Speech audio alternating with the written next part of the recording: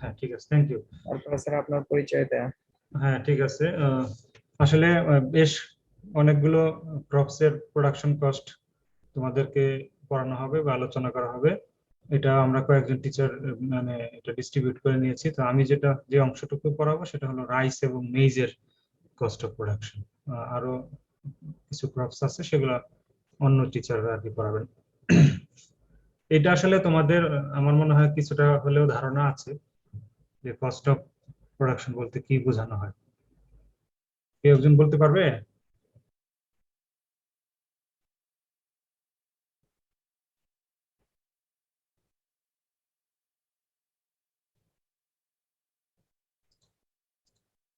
মনে আছে তোমাদের? স্যার কোন একটা ক্রপ প্রোডাকশনের সময় একদম শুরু থেকে শেষ পর্যন্ত Recording in progress. যে স্যার খরচটা হয় সেটাকে স্যার। হ্যাঁ ঠিক আছে, ঠিকই বলেছো যে এটা হলো সব ধরনের খরচ ইনক্লুড করলে, অর্থাৎ একটা কস্টের মানে একটা প্রোডাক্ট ক্রপের যখন তুমি উৎপাদন করতে যাও, ফসলের উৎপাদন করতে গেলে the cost of production of any crops হচ্ছে কি ইনক্লুডস অল দ্য কস্ট, যেটা তুমি বললা all the cost related during the period of crop production, অর্থাৎ ফসল উৎপাদনের সময় সমস্ত ধরনের খরচ, সেটা একেবারে সিড সোয়িং থেকে শুরু করে বা প্ল্যান্টিং ট্রান্সপ্লান্টিং থেকে শুরু করে হারভেস্টিং এর আগ পর্যন্ত, এমনকি আসলে হারভেস্টিংও না, হারভেস্টিং এর পরে আরো কাজ থাকে, তাই না? বলতো কি কাজ, একটা দুটো কাজের নাম বলতো। হারভেস্টিং এর পরে কি করা হয়? হ্যাঁ, থ্রেশিং বা প্রসেসিং, ক্লিনিং, এগুলো ইনক্লুডেড আসলে। একেবারে গোলা ঘরে যাওয়ার আগ, হ্যাঁ হ্যাঁ, গোলা ঘরে যাওয়ার আগ পর্যন্ত সবগুলো খরচটাকে ইনক্লুড করে টোটাল তোমার, অর্থাৎ এই আউটপুটটা তোমার ঘরে উঠাতে গিয়ে সব মিলে কত টাকা খরচ হলো, এটাই কস্ট অফ প্রোডাকশন। তো কস্ট আমরা বলি যে দুই ধরনের, একটা হলো ইনপুট কস্ট এ এবং আরেকটা হলো এই যে ওভারহেড কস্ট বি তে। ওভারহেড কস্ট, ইনপুট কস্টটা হলো, এই জিনিসটা একটু মনে রাখবা তোমরা, যে সরাসরি the cost of production which is directly related to crop production, অর্থাৎ তুমি যদি ফসল উৎপাদন করো বা ফসল ফলাও, ফসল চাষ করো, তাহলে এই চাষ না করো, জমি চাষ না করো, ফসলটা না ফলাও, তাহলে এই খরচটা হবে না। এজন্য এটাকে বলা হয় ইনপুট কস্ট, এটা সরাসরি জড়িত। It is used to purchase seeds, fertilisers, বিভিন্ন ধরনের পেস্টিসাইড বা ইনসেক্টিসাইড, হার্বিসাইড, তারপরে যে শ্রমিক দরকার হয় বা শ্রম বা শক্তি দরকার হয়, যেমন যদি কেউ বুলক বা গরু দিয়ে হাল চাষ করে, সেই গরুর চালানোর জন্য যে মানুষটা, অর্থাৎ যে শক্তিটা প্রয়োজন, বা পাওয়ার কস্ট, যেমন পাওয়ার টিলার বা ট্রাক্টর যদি ব্যবহার করো সেটার খরচ, বা একজন মানুষ যখন বীজ বা সিডলিং আনা নেওয়া করে, যদি ওখানেও যদি শ্রমিকের ব্যবহার হয় সেটার খরচ, এগুলো সব হচ্ছে ইনপুট কস্ট, অর্থাৎ এটা তুমি তুমি মানে প্রয়োগ করতেছো আর কি। এটাকে কি বলে? It is also called operational cost, অর্থাৎ কাজগুলো করতেছো, কাজগুলো করার সাথে জড়িত আর কি এই খরচটা, সেজন্য অপারেশনাল কস্ট বলে। এবং এটা হলো দুই ধরনের, এটাও তোমরা জানো, ম্যাটেরিয়াল এবং নন ম্যাটেরিয়াল কস্ট। ম্যাটেরিয়াল হলো যেটা বস্তুগত আর কি, যেটা সরাসরি তুমি বীজ কিনতেছো, বীজটা হচ্ছে ম্যাটেরিয়াল, বীজের পিছনে যে খরচ, অথবা ফার্টিলাইজারের পিছনে যে খরচটা হচ্ছে, বা পেস্টিসাইড বা হার্বিসাইড ইত্যাদি, এগুলো কিনতে হবে তোমার, এগুলো ম্যাটেরিয়ালস। এই ম্যাটেরিয়াল কিনতে যে খরচটা সেটাকে ম্যাটেরিয়াল কস্ট বলি। আর ম্যাটেরিয়াল ছাড়া, যেমন ওই যেটা বললাম পাওয়ার সোর্স বা হিউম্যান লেবার, হ্যাঁ লেবারের যে শ্রমটা কিনতেছো, সেটা হচ্ছে non material cost, cost which is used to purchase labour বা পাওয়ার, যেমন পাওয়ার টিলার বা ট্রাক্টর এটসেট্রা, এগুলোকে বলি নন ম্যাটেরিয়াল কস্ট।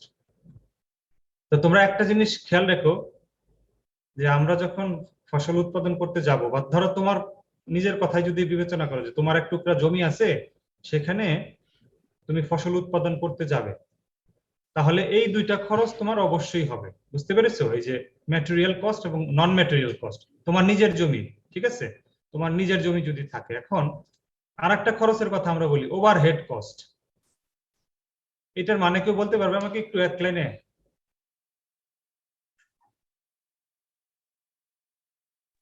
ওভারহেড কস্টটাকে আমরা ফিক্সড কস্ট বলি, ফিক্সড। স্যার ইন্টারেস্ট ইনভেস্ট করার জন্য যে মূলধনটা থাকে ওটার উপরে স্যার ইন্টারেস্ট যদি হয়। এটা ক্লিয়ার না আসলে তোমার কথাটা, এই জায়গাটাই তোমরা একটু ভালো করে মনোযোগ দিয়ে শোনো। এটা একটা মানে মিসকনসেপশন আছে ছাত্রদের মধ্যে। অনেক সময় শিক্ষক যারা তারাও হয়তো বা ঠিক মতো মানে ব্যাখ্যাটা দেয় না, বা তোমাদেরও হয়তো কনসেপশনে একটু ভুল থাকে। এই ওভারহেড কস্ট বা ফিক্সড কস্ট একটু খেয়াল করো ভালো করে। প্রথম কথা হলো যে এই খরচটা সেই খরচ যেটা তুমি ফসল উৎপাদন করো বা না করো, the cost which indirectly related to crop production, সরাসরি ফসল উৎপাদনের সাথে সম্পর্কিত না, that are called overhead cost. অথবা তুমি ফসল উৎপাদন যদি নাও করো, হ্যাঁ, তখনও কিন্তু এই খরচটা হয়ে যেতে পারে যদি নিয়ত করো আর কি। ফসল ফলানোর নিয়ত করলে এই খরচটা বা এই রিলেটেড কাজ শুরু করলে এই খরচটা শুরু হয়ে যায়। It doesn't vary with the production of crop, ফসল উৎপাদন হোক বা না হোক এটার কিন্তু কিছু যায় আসে না, এই খরচটা তোমার হবেই। আচ্ছা, এটা কি কি এখন এইখানে হচ্ছে কথাটা হলো, যেমন তুমি যদি তোমার নিজের জমি আছে, কথার কথা, হ্যাঁ, তোমার নিজের জমি আছে কিন্তু টাকা নাই, ধরো 1 হেক্টর জমি চাষ করতে ফসল ফলাতে তোমার 1 লক্ষ টাকার দরকার। আমার কথা শোনা যায় ভালো করে? জি স্যার। হ্যাঁ, 1 লক্ষ টাকা প্রয়োজন তোমার ফসল উৎপাদন করতে গেলে, অর্থাৎ ইনপুট কস্ট, যেটা আমার আগের স্লাইডে বললাম যে ম্যাটেরিয়াল এবং নন ম্যাটেরিয়াল কস্ট হিসাব করে দেখলে যে তোমার প্রায় 1 লক্ষ টাকা লাগবে, ধরো পেঁয়াজ উৎপাদন করতে চাও বা ধান উৎপাদন করতে চাও। এখন 1 লক্ষ টাকা তোমার নাই, তুমি করলা কি, এই 1 লক্ষ টাকা ব্যাংক থেকে লোন নিলা, ঠিক আছে? ভালো করে খেয়াল করো, এই 1 লক্ষ টাকা ব্যাংক থেকে লোন নিলা, লোন নিয়ে এসে তুমি ফসল উৎপাদন করতেছো। আচ্ছা, এখন কথার কথা, যদি ফসল উৎপাদন করো তাহলেও তোমার এই যে লোনটা নিছো ব্যাংককে কিন্তু ইন্টারেস্ট দিতে হবে প্রতি মাসে মাসে। আর যদি ফসল উৎপাদন নাও করো, যেহেতু তুমি টাকাটা নিয়ে নিছো ব্যাংক থেকে, তারপরেও কিন্তু তোমার ইন্টারেস্টটা ব্যাংকে দিয়ে যেতে হবে। অর্থাৎ এটা সরাসরি ফসল উৎপাদনের সাথে সম্পর্কিত না, তুমি ফসল উৎপাদন করলেও যেহেতু টাকাটা তুমি অলরেডি ব্যাংক থেকে লোন নিয়ে নিছো, সেই জন্য এটাকে ফিক্সড কস্ট বলি। ওই 6 মাসের জন্য লোন নিছো, ওই 6 মাস তোমাকে এর পিছনে এই ইন্টারেস্ট অর্থাৎ সুদ দিয়ে যেতে হবে সরকারকে বা ব্যাংকে, সেজন্য এটা ওভারহেড কস্ট বলি। তবে খেয়াল করো, তবে যদি তুমি তোমার নিজের টাকায় খরচ করো, নিজের টাকা আছে ধরো, তোমার ব্যাংক থেকে লোন নেওয়ার দরকার নাই, তখন কিন্তু এই ওভারহেড কস্ট আর তোমার কস্ট অফ প্রোডাকশনে আসবে না। বুঝতে পেরেছো আমার কথা? জি স্যার। মানে সোজা কথা, কস্ট অফ প্রোডাকশন যদি তোমার নিজের টাকায় নিজের জমিতে করো তাহলে এই ফিক্সড কস্ট হিসাব করার দরকার নাই। কিন্তু আমরা আসলে কমার্শিয়ালি যেহেতু এগুলা মানে ধারণা করা হয় যে তুমি জমি লিজ নিয়ে তুমি ব্যাংক থেকে টাকা লোন নিয়ে জমি চাষ করবে বা ফসল ফলাবে কমার্শিয়ালি, সেই জন্য আসলে এই ওভারহেড কস্টটা একটা খাত হিসেবে রাখা হয়। কিন্তু তোমার নিজের জমিতে যদি করো আর নিজের পকেটের পয়সা দিয়ে, অর্থাৎ কারো কাছে হাত পাতার দরকার নাই, হ্যাঁ, বা জমিও লিজ নেওয়ার দরকার নাই, নিজের জমি আছে, তাহলে এই খরচটা হয় না। এটাই হচ্ছে মনে রাখবা তোমরা। তো আমরা যখন অঙ্ক দেই বা তোমাদের যখন করানো হয়, আমরা ধরে নেই যে তুমি জমি লিজ নিয়ে বা ব্যাংক থেকে লোন নিয়ে তুমি কাজটা করবে, সেই জন্য এই খরচটা হয়। তো তুমি যখন লোনটা নিয়ে নিবে ইয়ার কাছ থেকে, ব্যাংক থেকে, তখন তুমি জমি চাষ করো আর না করো, ওই টাকা দিয়ে তুমি ধরো তোমার ছেলে মেয়ের বিয়ে দিয়ে দিলা, কিন্তু খরচ তো তোমার, ইন্টারেস্ট তো তোমার দিতেই হবে ইয়াকে, ব্যাংকে, সেই জন্য এটা ফিক্সড কস্ট বলা হচ্ছে। তাহলে এটা গেল ইন্টারেস্ট অন ইনপুট কস্ট। আর একটা হলো, হ্যাঁ বলো, হ্যাঁ বলো, কে কি যেন বলতেছিলে? হ্যালো? স্যার মানে নিজের টাকা আছে কিন্তু সে আরো বাড়তি জমি মানে কাল্টিভেশনের আন্ডারে নিয়ে আসতে যাচ্ছে, তখন তো ওই বাড়তি জমিগুলা যেগুলো আনতেছে সেগুলোর মধ্যে টাকা দেওয়া লাগবে না? হ্যাঁ, এটাই বলতেছি, এটা সেকেন্ডটা দেখো, দ্বিতীয়টা দেখো, interest on land lease value.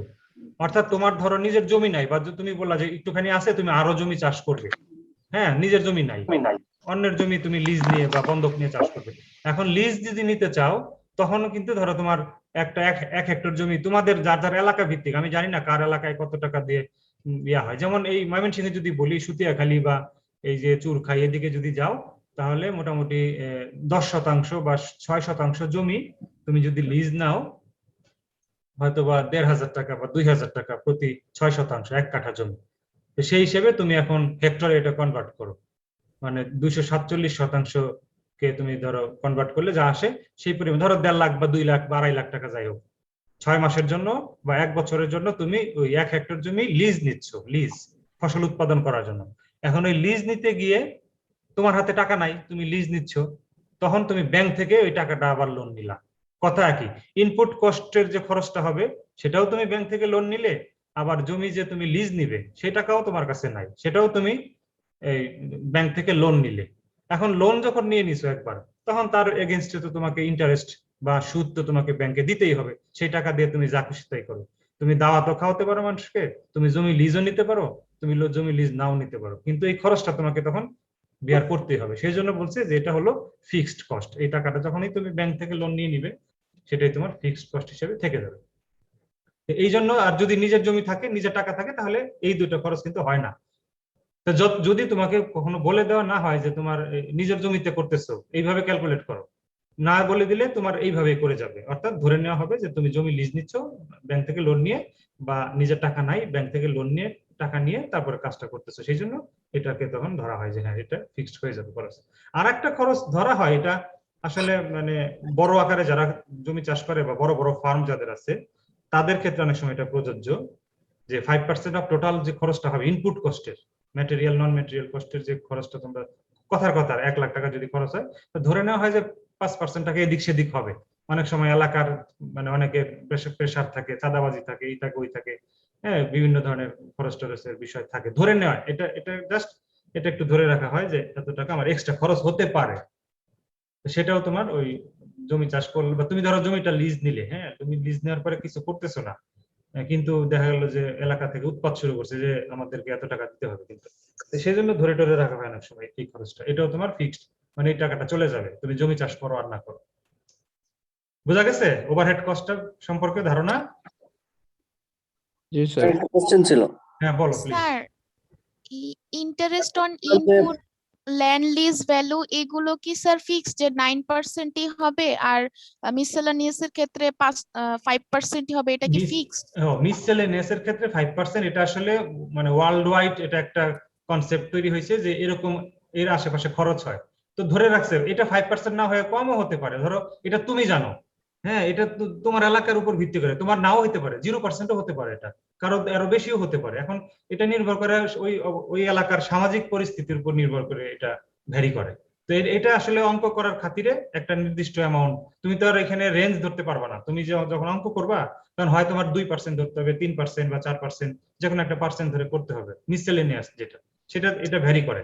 R land lease value যেটা বললা 9% বা 6, এটা তোমার ব্যাংক টু ব্যাংক অনেক সময় ভ্যারি করে। তো তুমি যদি সম্ভবত, আমি যতটুকু জানি, কৃষি ব্যাংক থেকে লোন নাও, তাহলে এটা বেশ কম আসে, 2 বা 3%। আবার এখন সরকার কিন্তু নতুন নিয়ম করছে যে 1 ডিজিট ইন্টারেস্ট। তুমি যদি ব্যাংকে টাকা রাখো, তাহলে আগে হয়তো বা 1 লাখ টাকা রাখলে 1,000 টাকা, অর্থাৎ প্রায় 10% তুমি লাভ পেতে, মুনাফা পেতে। আর ওই যদি তুমি লোন নিতে, তাহলে ব্যাংক আরো বেশি নিত, 12, 13, 14, 15%ও তারা কিন্তু কাস্টমারের কাছ থেকে এরকম ইন্টারেস্ট নিয়ে থাকতো। তো এখন আবার সেটা নিচে নেমে আসছে 10%-এর নিচে, মানে 1 ডিজিট, 1 থেকে 9%। তো এটা ব্যাংক টু ব্যাংক অনেক সময় ভ্যারি করে, কোনো জায়গায় 6%, কোনো জায়গায় 5%। তো এখানে তুমি একটা নির্দিষ্ট, তুমি যদি এখানে অঙ্ক করবে প্র্যাকটিস, সুতরাং এটা একটা ওভারঅল একটা মানে চিন্তা করে একটা এভারেজ একটা বসানো হবে। তো সেক্ষেত্রে আমি পরবর্তীতে যেটা দেখিয়েছি, 6% ইন্টারেস্ট আর কি এখন আপাতত। আগে যেটা আমরা 13% দিয়ে করতাম অঙ্ক, আমরা যখন ছাত্র ছিলাম তখন স্যাররা আমাদেরকে 13% দিয়ে করাতেন। আমরাও যখন প্রথম দিকে আরো বেশ কয়েক বছর আগে যখন ক্লাস নিতাম, 13% করাতাম। তো সরকার যেহেতু একটা নীতিমালা পরিবর্তন আনছে ব্যাংকিং সেক্টরে, এবং সেটা less than 10% or less than 9%, তো সেটা এখন 6% ধরে আর কি আমরা করাই। বা তোমরা যদি দেখো যে ব্যাংকে যদি বাস্তবতার ভিত্তিতে যদি করতে চাও, আরো দু এক জায়গায় খোঁজ নিয়ে দেখতে পারো যে কোন ব্যাংক কত, কৃষি লোন আর কি, কৃষি ঋণ যেটা, এটার জন্য কিন্তু তুলনামূলক ইন্টারেস্টটা কম আর কি। হ্যাঁ, আর একটা ছেলে কি যেন বলতে চাচ্ছিল, এটা তো মেয়েটার উত্তর দিলাম। ইন্টারেস্ট হচ্ছে ল্যান্ড লিজের জন্য যদি মানে লিজটা নিজের টাকা দিয়ে নেওয়া হয়, ব্যাংক থেকে লোন নিয়ে না নেওয়া হয়, তাহলে কি সেটা না, তাহলে তো আর হবে না। না না না, তুমি এটা ইন্টারেস্ট মানে হচ্ছে ব্যাংকের সাথে সম্পর্ক। তোমার যদি নিজের পকেটে টাকা থাকে, তুমি বারবার বলেছি, কিন্তু নিজের পকেটের টাকা খরচ করে যদি এই কাজগুলা করো, তাহলে কিন্তু কোনো ইন্টারেস্ট তোমাকে দিতে হচ্ছে না ব্যাংকে। ঠিক আছে, এটা কিন্তু অনেক সময় এইভাবে ব্যাখ্যা দেয়, তোমার এই টাকাটা যদি জমি চাষ না করে ব্যাংকে রাখতে, তাহলে লাভ পেতে, লাভ পেলে না, সেটা খরচ হিসেবে দেখাচ্ছ। আসলে ওটা ভুল কনসেপ্ট, ওইটা না। কারণ তুমি তো মানে এক জায়গায়, এটাকে তোমরা কি বলে, তোমরা পড়েছো কেন, অপরচুনিটি কস্ট। অর্থাৎ তুমি যদি এক জমিতে আউশ ধান করো, একটা জমি আছে সেখানে আউশ ধানও করতে পারো, আবার পাটও করতে পারো। হ্যাঁ, আউশ ধানও করতে পারো অথবা পাটও করতে পারো। এখন তুমি যদি আউশ ধান লাগাও তাহলে পাট করতে পারতেছো না, আবার যদি পাট লাগাও তাহলে আউশ ধান করতে পারতেছো না, অর্থাৎ যে কোনো একটা তুমি করতেছো আর একটা করতে পারতেছো না। তো এখন যদি মনে করো যে আমি আউশ ধান করতেছি, পাটও তো করতে পারতাম, তাহলে পাটের পিছনে যে লাভটা হতো সেটা তো পাচ্ছি না, ওইটা তো কাল্পনিক কথা, ওইটা বললে হবে না। অর্থাৎ তুমি বাস্তবে যেটা করতেছো সেটার উপর ভিত্তি করে হিসাবটা করতে হবে। কারণ এটা অনেক সময় ব্যাখ্যা দেয় যে এই এই ইনপুট কস্ট, এটা যদি আমি আমার জমির কাজে ব্যবহার না করে যদি ব্যাংকে রাখতাম তাহলে আমার আরো টাকা লাভ হতো, আমি ইন্টারেস্ট পেতাম, সেই টাকাটা পাচ্ছি না বিদায় এটা ফিক্সড কস্ট খরচ হয়ে যেত। তুমি তো জমির কাজে ব্যবহার করোই নাই, তুমি তো ব্যাংকে রাখোই নাই, তাহলে তোমার এই খরচটা কিভাবে আসবে? প্রোডাকশন কস্টের সাথে তো সেটা কোনো সম্পর্কই নেই, প্রোডাকশন কস্টের সাথে সেটা কোনো সম্পর্কই নেই। সেজন্য বলা হচ্ছে যে তুমি যখন প্রোডাকশনের নিয়ত করবা, জমি যখন লিজ নিতে যাবা বা কাজ করতে যাবা, তখন যদি তুমি ব্যাংক থেকে লোন নাও, তার এগেনস্টে যে খরচটা তোমাকে করতে হবে সেটাই হচ্ছে ফিক্সড। এটা খেয়াল রাখো আর কি।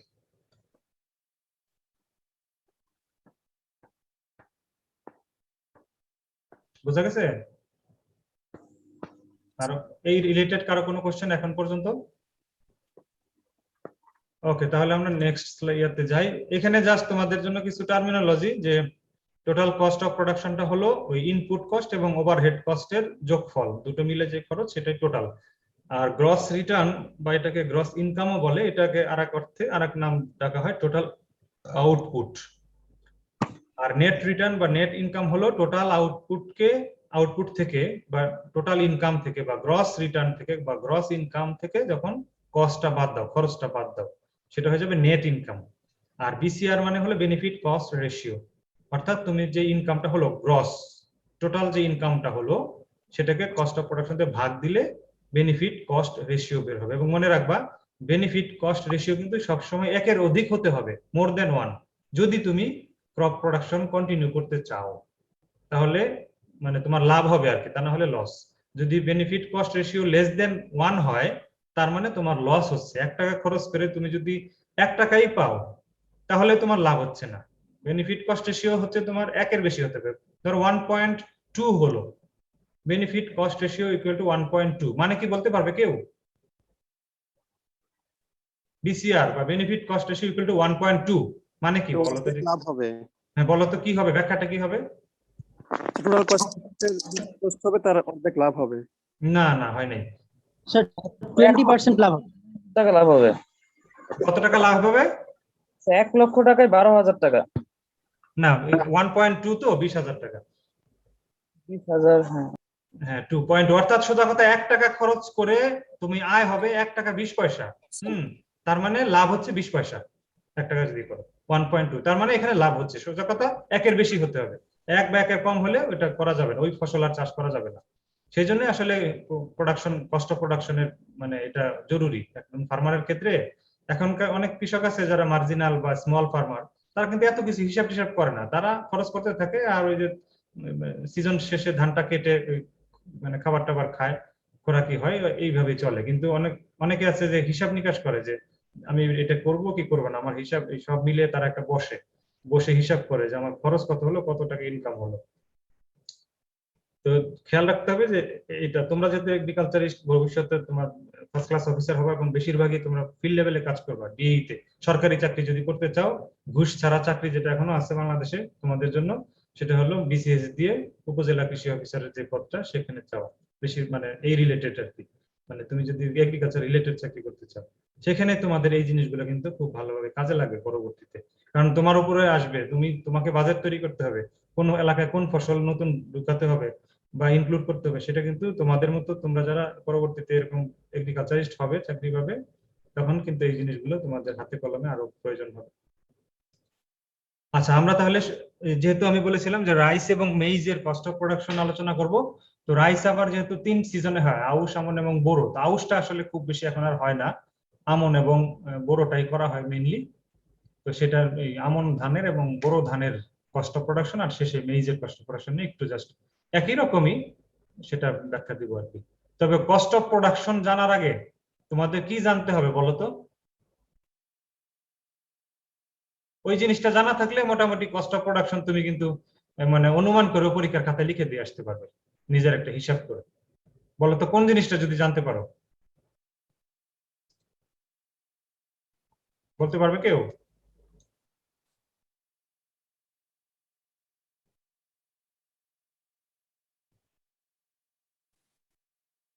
চুপ চুপ করে গেলে যে, শুনতে পাচ্ছ আমার কথা? Sir input cost. না, মানে কস্ট জানার আগে কোন জিনিসটা জানতে হবে? খরচের কথা বলে। পার ইউনিটে কতটুকু খরচ হচ্ছে? না না, খরচটা জানার আগে, খরচ বলার আগে কোন জিনিসটা তোমার কোন জানলে ফসল লাগাবো সেটা। হ্যাঁ, সেটাই ফসল। ওকে, ধরো আমন ধান। Production technology, very good. Production টেকনোলজিটা তোমাকে জানতে হবে। অর্থাৎ প্রোডাকশন টেকনোলজি মানে হচ্ছে কি কি কাজ করতে হয়, সোজা কথা। সেটা তুমি যদি জানো তাহলে কোন কাজের এগেইনস্টে কয় টাকা খরচ, এটা তুমি অনুমান করে তখন লিখতে পারবে। আসো আমরা দেখি কি আছে। আচ্ছা, আমন ধানের ক্ষেত্রে টিয়ামন রাইসের প্রোডাকশন কস্ট যদি আমরা বের করি, প্রথমটা হলো এই যে ইনপুট কস্ট। ইনপুট আর ওভারহেড তোমরা আগেই জানো। ইনপুট কস্টের মধ্যে আছে নন ম্যাটেরিয়াল কস্ট আগে ধরতেছি, পরে ম্যাটেরিয়াল কস্টটা বলবো। নন ম্যাটেরিয়াল মানে যে শক্তি বা ওই যে ম্যান পাওয়ার, হ্যাঁ, বা লেবারার, যে লেবারের পিছনে যে খরচটা, সেটা। একটা জিনিস তোমরা খেয়াল করো, হ্যাঁ, এখানে একটা কলাম আগে ছিল অতিরিক্ত, সেখানে ছিল নাম্বার অফ বুলক বা ওই যে গরুর সংখ্যা। যেহেতু আগে বেশিরভাগ মানে জমিতে তোমার ওই যে গরু দিয়ে হাল চাষ করা হতো, তো সেটা আমি বাদ দিয়ে দিয়েছি, কারণ এখন আর আসলে ওইভাবে গরু দিয়ে হাল চাষ করা হয় না। শুধুমাত্র একজন মানুষ ওই পাওয়ার টিলার বা ট্রাক্টর দিয়ে কিন্তু জমি চাষ করে এখন। সুতরাং ওইভাবে লিখে দেওয়া আছে যে বাই পাওয়ার টিলার, বা তোমরা বাই ট্রাক্টরও লিখতে পারো। এটা কিন্তু একটা ফিক্সড আর কি, যে আগে যেমন কত জোড়া গরু লাগতো, কয়টা লাঙল লাগতো, সেই লাঙলের পিছনে একটা করে মানুষ লাগতো, সেই মানুষের হিসাব অনুযায়ী তোমার ওই টাকাটা হিসাব করা হতো। তো এখন আর সেটা নাই, সরাসরি ওই পাওয়ার টিলার ওয়ালাকে চুক্তি দিলেই যে তুমি আমার জমিটা চাষ করে দিয়ে যাবে, তোমাকে আমি এত টাকা দিব, বাস সেই হিসাব করে করা হচ্ছে আর কি। তো আমন ধান যখন করতে যাও, আমন ধানের করতে গেলে যে নন ম্যাটেরিয়াল কস্ট বা এর পিছনে যে শক্তির পিছনে যে খরচটা হবে, বা মানুষের পিছনে যে খরচটা, বা পাওয়ারের পিছনে যে খরচটা, সেটা দেখো কি কি কাজ। এই বাম পাশে আছে কাজ, আর ডান পাশে তার খরচটা। তো প্রথম কাজটা হবে জমি তৈরির ওই যে নার্সারি বেড তৈরি করা। তোমাকে যেহেতু সিডলিং বা চারা করতে হবে, এবং এখানে একটা জিনিস খেয়াল করো, এখানে কি লেখা আছে দেখো, preparation of seedling in the nursery bed in হবে by power tiller for 1 hectare of land. 1 hectare জমির জন্য তুমি নার্সারি বেড করবে, অর্থাৎ চারা তৈরি করবে। সেটা দেখো কি লেখা আছে, 500 স্কোয়ার মিটার। এটা কেন জানো? এই 500 স্কোয়ার মিটার মানে কি বুঝাইছে বলো তো?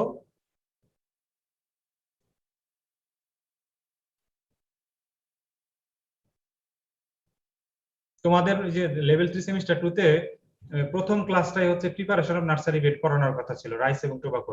ওটা পড়েছো? পড়ানো হয়েছে অ্যাগ্রোনমির প্রথম ক্লাসটা? শুনতে পাও? শোনা যাচ্ছে না, একটু জোরে বলো। হ্যালো হ্যালো, স্যার শোনা যাচ্ছে? হ্যাঁ বলো দেখি, এই যে 500 স্কোয়ার মিটার মানে কি জানো?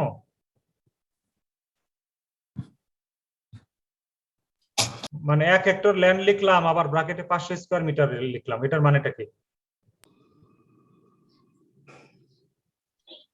স্যার 1 হেক্টর ল্যান্ডে হচ্ছে আমরা যখন ধান লাগাবো ওই হ্যাঁ জমিটার জন্য আমরা 500 স্কয়ার মিটারে হচ্ছে আমরা সিডলিং করব। হ্যাঁ, ভেরি গুড। অর্থাৎ এটার একটা থাম্ব রুল হচ্ছে যে তুমি এক কাঠা জমিতে বা 1% জমিতে চারা করলে সেটা 20% জমি লাগাতে পারবে, ট্রান্সপ্লান্ট করতে পারবে। 20 গুণ জায়গা কভার করা যায়। তাহলে 1 হেক্টর জায়গার 20 ভাগের 1 ভাগ হচ্ছে এই 500 স্কোয়ার মিটার। কারণ 1 হেক্টর, তুমি ঠিকই বলেছো, 1 হেক্টর জমি চাষ করে সেখানে চারা লাগালে আমার 500 স্কোয়ার মিটার জায়গাতে চারা তৈরি করতে হবে। তো সেই জন্য এটা 500 স্কোয়ার মিটার জায়গার জন্য হিসাবটা করা হয়েছে। এই জন্য আনুমানিক 300 টাকা ধরা হয়েছে, যে সে চাষ করে দিয়ে যাবে পাওয়ার টিলার দিয়ে, 300 টাকা দিব। তারপরে এটা নার্সারি বেডটা, যে চারা তোমার 25-30 দিন থাকবে এখানে চারাটা, এর জন্য ধরা হয়েছে 3 জন ব্যক্তি, এটা মানে টেক কেয়ার করবে। তারপরে চারা তোমার উঠাতে হবে, চারা লাগানোর আগে উঠানোর জন্য 2 জন ব্যক্তি নিয়োগ দিবা, 1 হেক্টর জমির জন্য সে উঠায় নিয়ে আসবে। এরপরে মেইন ল্যান্ড প্রিপারেশন। এই কারো ইয়াতে শব্দ হচ্ছে, তোমরা একটু মিউট করে রাখো সেটা। হ্যাঁ, তারপরে জমি চাষ করতে হবে। জমি চাষ পাওয়ার টিলার দিয়ে করলে, এটাও তোমার, আমি জানি না তোমাদের যার যার এলাকায় এটা ভ্যারি করে, এক এক এলাকায় এক এক রকম। এটা 5000ও হতে পারে, 10,000ও হতে পারে, এটা ঠিক নাই। এটা কোন এলাকায় 5000, কোন এলাকায় 7000, কোন এলাকায় 8000, এরকম। আমি কিন্তু ডান পাশে টোটাল কস্টটা লিখিনি, তোমরা একটু খেয়াল করো, এটা তোমরা যখন খাতায় উঠাবে তোমাদের কিন্তু হিসাব করতে হবে। হিসাব করে এই যে number of labour required at the rate of 500 টাকা পার হেড পার ডে, অর্থাৎ প্রতিদিন একজন লোকের জন্য 500 টাকা বা 550, এটাও ভ্যারি করে আসলে, 500 থেকে 550, কখনো 600, এটা কখনো 700-800 টাকাও চলে যায় লেবার জন শর্টেজ হয়। তো তোমরা একটা আনুমানিক একটা 500 থেকে 550 লিখতে পারো। তো এটাকে হিসাব করে এই ডান পাশে কিন্তু কস্টটা লিখতে হবে। আমি এটা ফাঁকা রাখছি তোমাদের জন্য, তোমরা লিখে হিসাব করে তারপরে যোগ দিবা টোটাল। তো যাই হোক, জমি চাষ করার পরে তোমাকে ফার্টিলাইজার ম্যানিউরস অ্যাপ্লাই করতে হবে। এটা কিন্তু খেয়াল রাখো, ম্যানিউরস ফার্টিলাইজার কিন্তু অ্যাপ্লাই করার জন্য যে মানুষ লোক তার খরচ কিন্তু 3 জন মানুষ লাগবে। আর ফার্টিলাইজারের কিন্তু আলাদা হিসাব, সেটা ম্যাটেরিয়াল কস্টে চলে যাবে। আর এটা হচ্ছে অ্যাপ্লিকেশনের জন্য, অর্থাৎ যে লোকটা ছিটিয়ে মানে ছিটাবে বা যে ইয়া করবে অ্যাপ্লাই করবে জমিতে, সেই 3 জন লোক হলেই হয়। তারপরে চারাটা লাগাতে হবে জমিতে, ট্রান্সপ্লান্টিং অফ সিডলিংস, এইখানে একটু বেশি লোক লাগে, এটা খেয়াল করো। এইখানে তোমরা ধরো অনুমান করে যদি লেখো, তাহলে ওই যে অ্যাপ্লিকেশন অফ ম্যানিউরস ফার্টিলাইজারসে 30 জন আর চারা লাগাইতে গিয়ে 3 জন, এইভাবে লিখো না, এটা খেয়াল করো আর কি, মেজর মিস্টেক যেন না হয়। তুমি ট্রান্সপ্লান্টিং অফ সিডলিংসে 30-এর জায়গায় 32 লিখলা বা 25 লিখলা, 28 লিখলা, এটা সমস্যা নাই, কিন্তু 3 জন 4 জন লেখা যাবে না, পার্থক্যটা যেন হিউজ না হয়। তারপরে ধরো আগাছা নাশক আছে, উইডিং। এইখানে একটা বিষয় দেখো, এখানে আগে আমরা করতাম কি, উইডিং লিখতাম, উইডিং লিখে এখানে অনেক লোকের হিসাব দিতাম। কারণ আগাছা তুমি যদি বসে বসে ওই যে নিরিকাশি দিয়ে বা কোদাল দিয়ে বা জাপানিজ রাইসিডার দিয়ে আগাছা দমন করে, তাহলে কিন্তু অনেক লেবার যাবে, অনেক খরচ হবে। সেইখানে দেখো হার্বিসাইডের কথা উল্লেখ করেছি, কেমিক্যাল মানে আগাছা নাশক কেমিক্যাল দিয়ে, সেই জন্য অল্প এই ছিটায় দেয়, হার্বিসাইডটা জাস্ট সার দেওয়ার মতো ছিটায় দেয়। তো সেই জন্য 2 বার হার্বিসাইড দেওয়া লাগে, সেই জন্য 2 দুগুণে 4, 2 জন করে মানুষ 2 বার। আর ইরিগেশনের ক্ষেত্রে 2 বার 2 টাইমস, তো এখানেও তোমরা 2 দুগুণে 4 দিতে পারো বা 3 জন করে 3 দুগুণে 6, এটা নির্ভর করে আসলে এফিসিয়েন্সির উপরে মানুষটার, এখানে ভ্যারি করে, অর্থাৎ 2 বার তুমি জমি। আচ্ছা, এখন আরেকটা বিষয় খেয়াল করো, আমন ধান তো এটা, হ্যালো শোনা যায়? জি স্যার, আচ্ছা, শোনা যায়। আমন ধানে কিন্তু শুরুতে যেমন ধরো এই সামনের মাস থেকে কিন্তু আমন ধান লাগানো শুরু হবে, তো প্রথম দিকে কিন্তু ইরিগেশন প্রয়োজন হয় না। হ্যাঁ, প্রথম দিকে ইরিগেশন লাগে না, কারণ এখন বর্ষাকাল, বর্ষার সময় তো তোমার পানি দেওয়ার দরকার নাই জমিতে, আরো বরঞ্চ ড্রেন আউট করা লাগে। তো এটা আসলে শেষের দিকে গিয়ে 2 টাইমস লিখছি, কিন্তু অনেক সময় একবার ইরিগেশন দিলেও হয়, শেষের দিকে ধরো অক্টোবর মাসের দিকে একবার গিয়ে ইরিগেশন দিলেই চলে। তো অনেক সময় দেখা গেল যে মানে বেশি খরা হলে বা বেশি যদি সমস্যা হয়, পানি বৃষ্টি টিষ্টি না হয়, তখন 2 বার দেয়, তবে একবার দিলেও কিন্তু অনেক সময় হয়। তো এটা ইরিগেশনের খরচটা, এটা কিন্তু ইরিগেশনের খরচ না, ইরিগেশন দিতে গেলে যে একজন মানুষ সে ওই যে নালা ঠিকঠাক করে দিবে, ঠিক মতো পানিটা যাচ্ছে কিনা জমিতে দেখবে, সেই লোকের খরচ এটা। হ্যাঁ, এটা কিন্তু পানির খরচ না, পানির খরচটা পরে দেখাবো। আচ্ছা, এর মাঝখানে তোমাকে আবার ওই যে টপ ড্রেসিং অফ ইউরিয়া, তোমরা জানো যে ইউরিয়াটা পরে আবার 1-2 বার দিতে হয়। তো 3 জন না দিয়ে তুমি এখানে 4 জনও দিতে পারো, আসলে 2 দুগুণে 4, কারণ ইউরিয়াটা 2 বার টপ ড্রেসিং করা হয়। তারপরে রোগিং মানে জানো তো, মনে আছে? আনহেলদি। হ্যাঁ, বীজের মধ্যে যেন মিক্সার না হয়। আসলে রোগিংটা তোমরা এখানে দিতেও পারো, নাও দিতে পারো, তবে যদি বলে যে সিড প্রোডাকশন, আমন ধানের, টি আমন রাইসের কস্ট অফ প্রোডাকশন সিডের উপরে হয়, তাহলে কিন্তু রোগিং শব্দটা অবশ্যই দিতে হবে, কারণ সিডের মধ্যে যেন মিক্সার না থাকে, ভেজাল না থাকে। সেজন্য তোমার ওই যে আনহেলদি প্ল্যান্ট বা অফ টাইপ প্ল্যান্ট যেটাকে বলে, অন্য ভ্যারাইটির কোনো গাছ থাকলে, বা অনেক সময় আগাছা শ্যামা গাছের যদি বীজ টিজ যেন মিক্স দিতে হয়ে না যায়, তখন ওগুলাকেও কিন্তু ম্যাচিউর স্টেজে হারভেস্টিং এর এই 10-15 দিন আগে এগুলা কিন্তু সব সরিয়ে ফেলতে হয়, সেজন্য ওটাকে বলি রগিং। ওটার জন্য খুব বেশি মানুষ দরকার হয় না, কারণ উপর থেকে কেটে ফেলা হয়, শুধু উপরের থেকে কি বলে এটা, ওই যে ফুলের বা ফ্লাওয়ারিং এর যেগুলো, সেটা তুলে ফেললেই হয়। এখানে তোমার 4-এর জায়গায় আর একটু বেশি দিতে পারো, 6 বা 7 এরকম দেওয়া যায়। আচ্ছা, তারপরে ফাইনালি আমরা হারভেস্ট করব। হারভেস্টের সময় অনেক মানুষ প্রয়োজন হয়, তবে এইখানেও একটু কথা আছে, যদি এখনো ম্যানুয়ালি করে, বেশিরভাগ জায়গাতে মানুষ হাতে মানে কৃষকদের দিয়ে বা শ্রমিক দিয়ে হারভেস্ট করে, তবে যেখানে কম্বাইন হারভেস্টর আছে, যদি তুমি উল্লেখ করে দাও যে harvesting and carrying by combine harvester, তাহলে তোমার এক্ষেত্রে ওই কম্বাইন হারভেস্টরের একটা চুক্তি থাকে, সেটা তোমরা লিখে দিতে পারো যে 10,000 বা 12,000 টাকায় চুক্তি হয়েছে, সেই টাকায় আমরা করেছি। আর যদি লেবারের খরচ হিসাব করো, তাহলে এই যে নাম্বার অফ লেবারার্স দিয়ে তোমরা হিসাব করবে। ওই যে থ্রেশিং, ক্লিনিং, এবং ড্রাইং এবং স্টোরিং তখন আলাদা হয়ে যাবে। তুমি যদি কম্বাইন হারভেস্টার দিয়ে করো না, খেয়াল করো, দেখো হারভেস্টিং, থ্রেশিং, ক্লিনিং এবং ক্যারিং, এই 4টা কাজ কিন্তু কম্বাইন হারভেস্টার দিয়ে করা যায়। হ্যাঁ, পরবর্তীতে তুমি তোমার এই যে উঠানে এনে সেটা ড্রাইং এবং স্টোরিং করার জন্য আলাদা অল্প কিছু মানুষ ব্যবহার করলে হবে। আর যদি তুমি সব ক্ষেত্রেই মানুষ অর্থাৎ শ্রমিক দিয়ে কাটাতে চাও, শ্রমিক দিয়ে ক্যারি করতে চাও, শ্রমিক দিয়ে থ্রেশিং করতে চাও, তাহলে এই ফর্মুলায় আমি যেভাবে দিয়েছি এভাবে লিখতে পারো।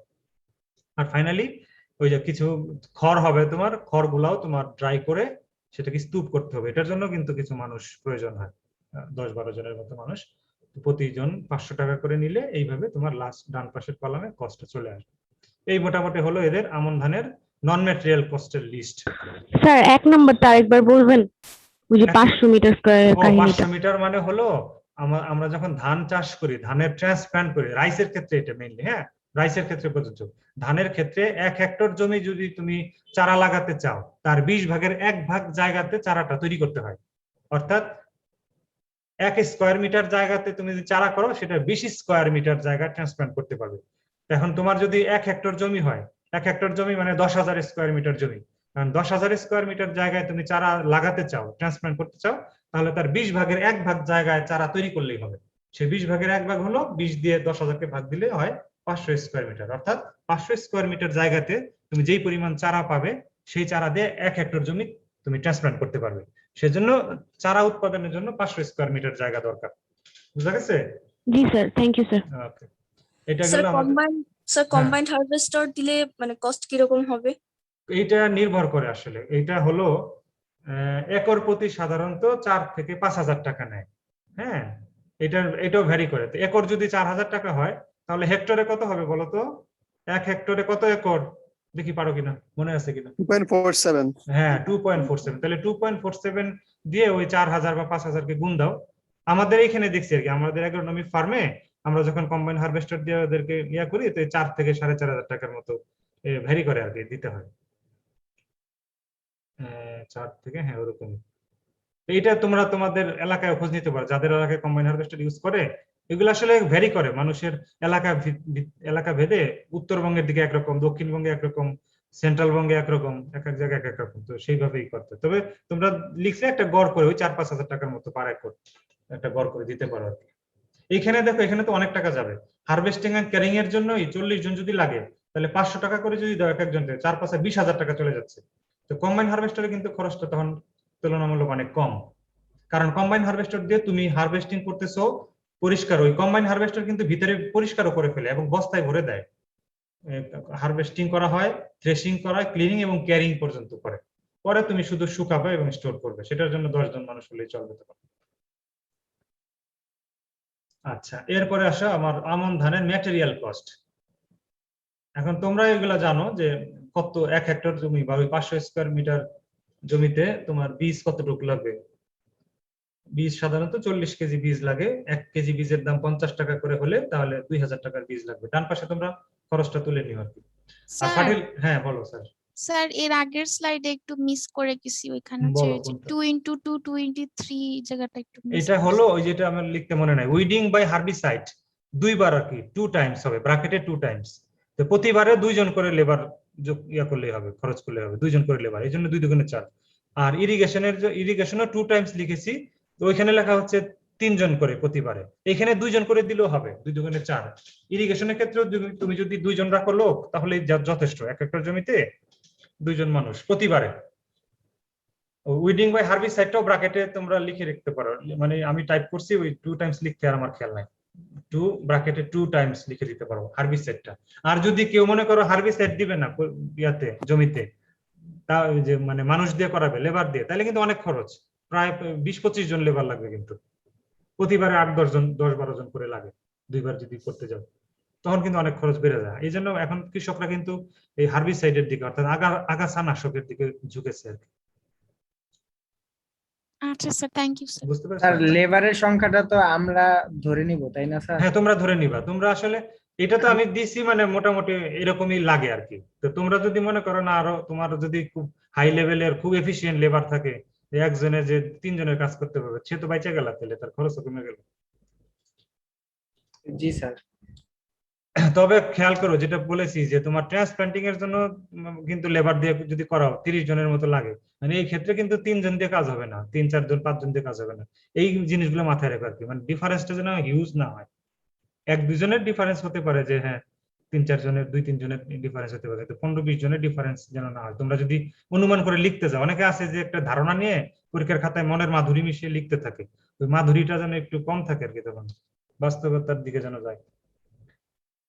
আচ্ছা, ফার্টিলাইজার্স আমরা urea, TSP, MOP, gypsum, zinc sulphate ইত্যাদি ইত্যাদি দেই।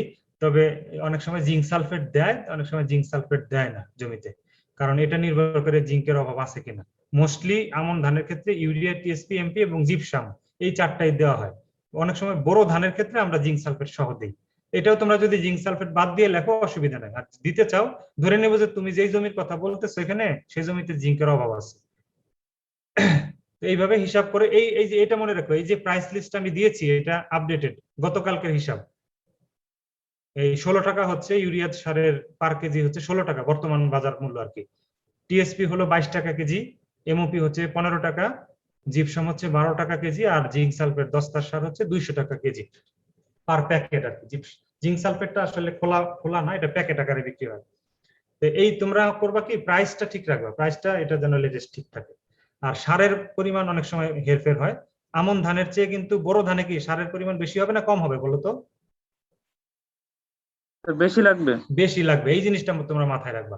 এই জন্য প্রোডাকশন টেকনোলজি জানা জরুরি। কস্ট অফ প্রোডাকশন করতে গেলে এই যে আমন ধানের ক্ষেত্রে সাধারণত এই রেটে আমরা ফার্টিলাইজার দিই, 200 KG urea, 100 KG TSP, 70 KG MOP, 60 KG gypsum, 10 KG zinc sulphate. 1 2 KG হেরফের হতে পারে, সেটা ভিন্ন কথা, কিন্তু আমন ধানে তুমি 200 কেজির জায়গায় কিন্তু 300 কেজি বা 250 কেজি ইউরিয়া দিলে হবে না। হ্যাঁ, ভেরিয়েশনটা যেন অত না হয়, 1 2 কেজির হেরফের হতেই পারে। আচ্ছা, আর হার্বিসাইডস দিবা বা ইনসেক্টিসাইড, ওই যে পোকামাকড় মারার জন্য, এটা একটা লাম্প সাম একটা অ্যামাউন্ট, 3 থেকে 3,500 টাকার মধ্যে। আর যদি মিসসেলেনিয়াস ধরে থাকো কখনো কোনো, ধরো লেবাররা একটু বিড়ি সিগারেট খাইলো, একটু পান খাইলো, একটু নাস্তা খাওয়াইলা, সেটা অনেক সময় ধরে রাখতে হয় ম্যাটেরিয়াল কস্টের জন্য, বুঝছো? হ্যাঁ, বলে না যে স্যার একটু খাওয়ান, একটু একটু নাস্তা খাবো বা একটু সিগারেট খাবো, বিড়ি খাবো, তো সেই হিসেবে তুমি 400-500 টাকা বা যদি কিছু ধরে রাখতে চাও, সেই খরচটা এখানে আসবে মিসসেলেনিয়াস। এইভাবে টোটাল ইনপুট কস্টটা হবে তাহলে ম্যাটেরিয়াল এবং নন ম্যাটেরিয়াল যোগফল যেটা আসবে সেটা তোমরা এখানে লিখে দিবে।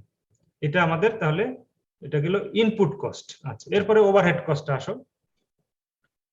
ওই যে 3 ধরনের খরচের কথা বলছিলাম, যেহেতু আমরা ধরে নিচ্ছি যে আমরা ব্যাংক থেকে লোন নিব জমি লিজ নেওয়ার জন্য, এবং আমার এই টোটাল ইনপুট কস্টও আমার কাছে নাই, বা জমি কেনার বা জমি লিজ নেওয়ার টাকাও নাই, এই 2টা টাকাই আমি মানে ব্যাংক থেকে লোন নিব। যদি নিয়ে থাকো তাহলে ওই যে আগের বার হিসাব করলাম ইনপুট কস্টের, ওখানে যে টাকাটা আসবে ইনপুট কস্ট টোটাল যোগ করলে ম্যাটেরিয়াল নন ম্যাটেরিয়াল, তার এই 6% হিসেবে 6 টাকা পার বছর ধরে কয় টাকা আসে সেটা হিসাব করে বসাবা। আর interest on land value, lease value, sorry এটা লিজ ভ্যালু হবে, on the lease value of the land হবে, লিজ ভ্যালু, আমি একটু লিখে দিই, অন দা লিজ ভ্যালু হবে। কারণ তুমি কিন্তু জমি কিনতেছো না, জমি কিনতে গেলে তুমি জমি কিনে যদি তুমি চাষ করতে চাও আর সেই টাকা যদি ব্যাংক থেকে লোন নাও, তাহলে খবর আছে তোমার, তাহলে কোনো লাভই হবে না। কারণ এই 1 হেক্টর জমি যদি কিনতে যাও, বর্তমান বাজার মূল্য তো তোমার অন্তত 7 বিঘা জমি হবে। 1 হেক্টর জমি মানে হচ্ছে প্রায় 7.5 বিঘা, আর 1 বিঘা জমির দামই হয়তো 4-5 লাখ টাকা, কমও যদি হয়।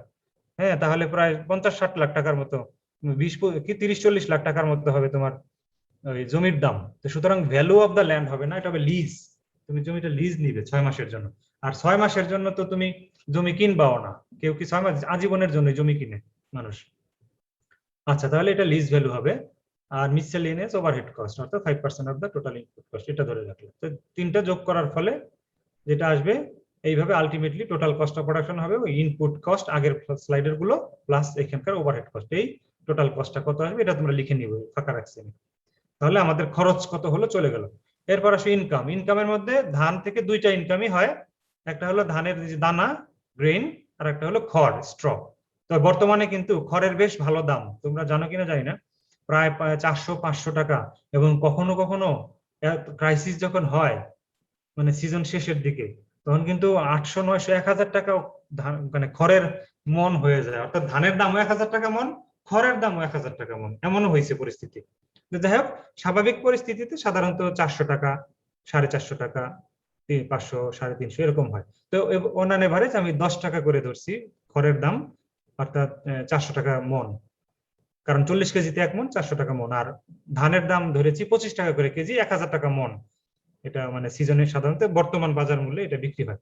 আর ফলনটা আসতেছে 4 টন পার হেক্টর। আমন ধান সাধারণত 4 হয়।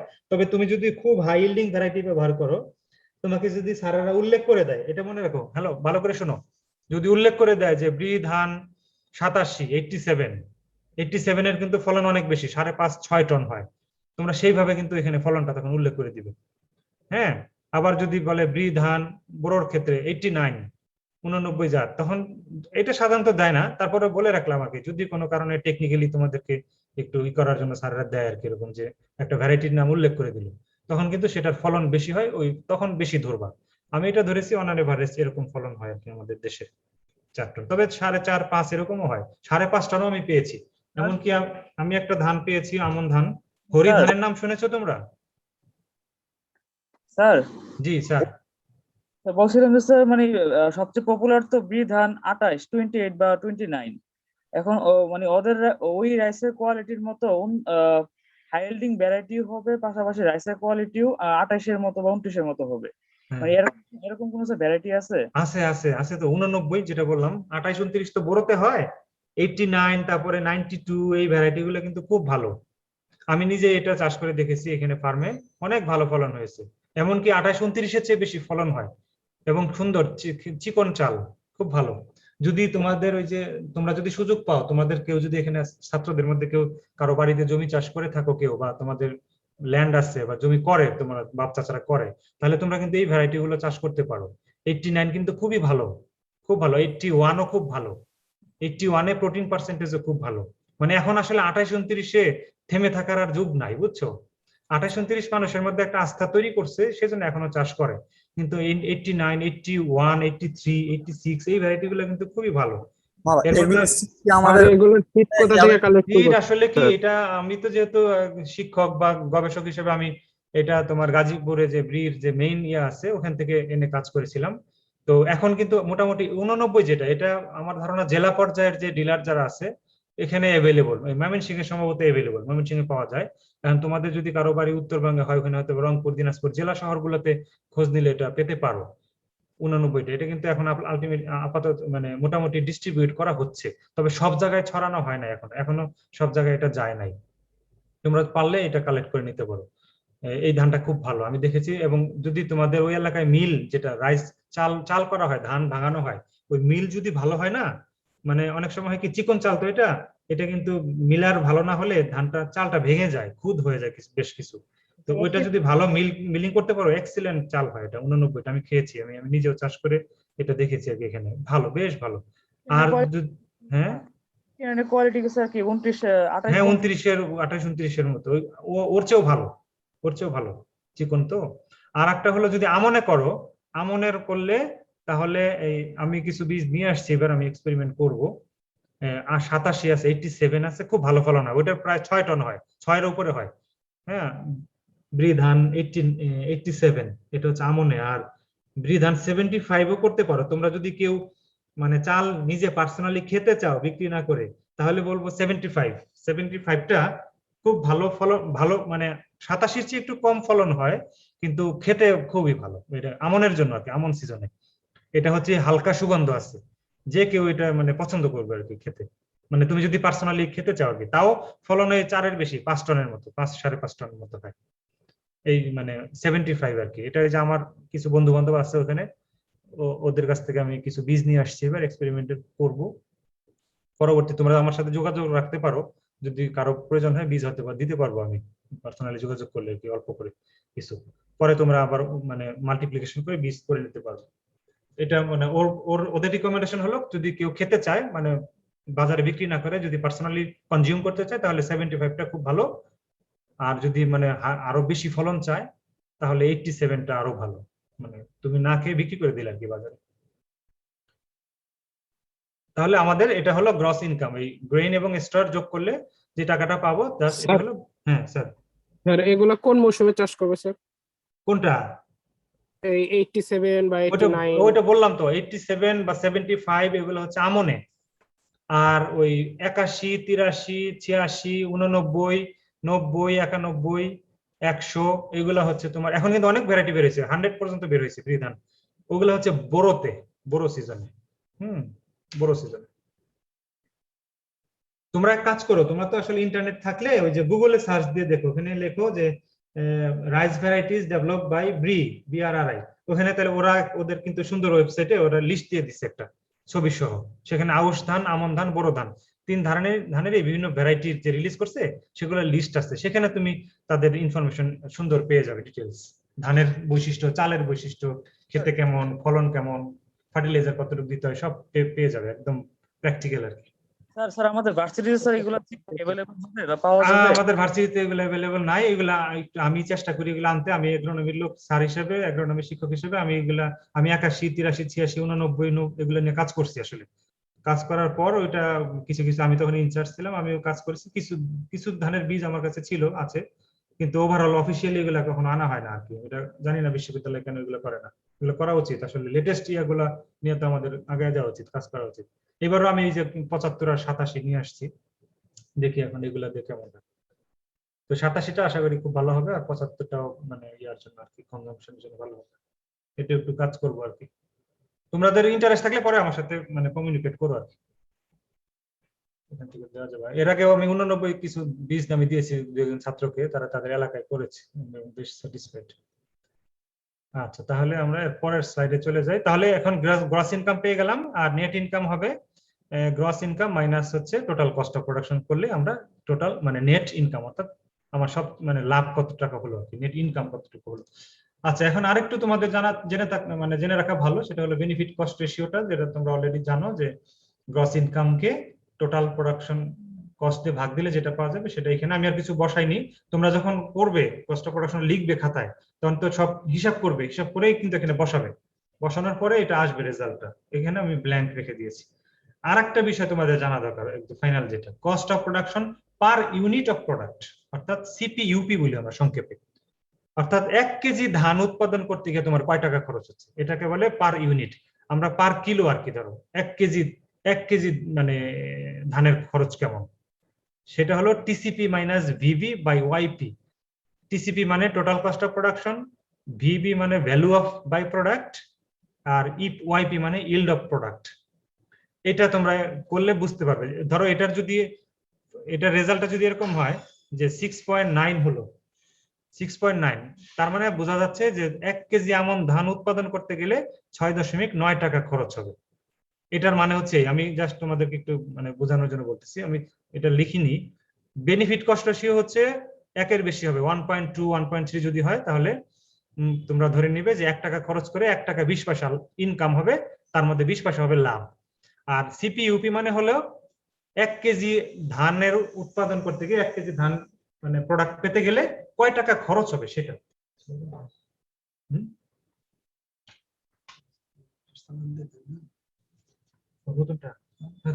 ক্লাসটা শেষ করে দিন,